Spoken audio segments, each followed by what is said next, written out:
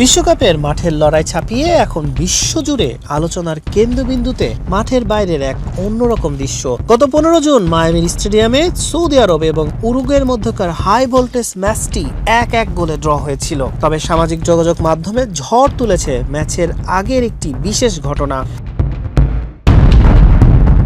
জাতীয় সংগীতের সময় সৌদি আরবের পতাকাকে মাটিতে স্পর্শ করতে না দিয়ে উঁচুতে তুলে রাখা হয়, কিন্তু কেন অন্য সব দেশের চেয়ে সৌদির পতাকাকে দেওয়া হলো এই আলাদা খাতির?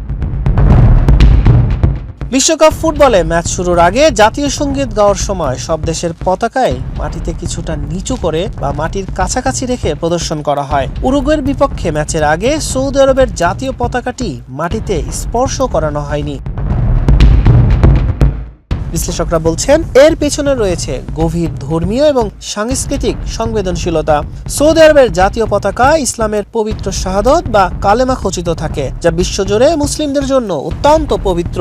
এই কালেমার পবিত্রতা রক্ষা এবং এর সর্বোচ্চ সম্মান প্রদর্শন সৌদি আরবের রাষ্ট্রীয় আইনের একটি কঠোর অংশ।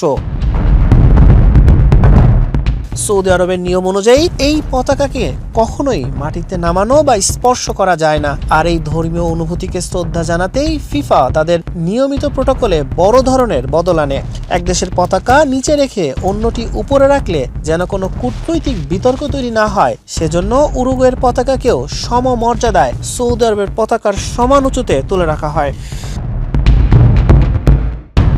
আন্তর্জাতিক ক্রীড়া অঙ্গনে সব দেশের জন্য অভিন্ন নিয়ম থাকলেও ধর্মীয় গুরুত্ব বিবেচনা করে মায়ামির ম্যাচটিতে এই বিশেষ ব্যবস্থা নেওয়া হয়েছিল। ক্রীড়াঙ্গনে সংস্কৃতির এই পারস্পরিক শ্রদ্ধা এবং চমৎকার সমন্বয়ের কারণে ফুটবল প্রেমীদের মাঝে এখন প্রশংসায় ভাসছে বিশ্ব ফুটবলের নিয়ন্ত্রণ সংস্থা ফিফা।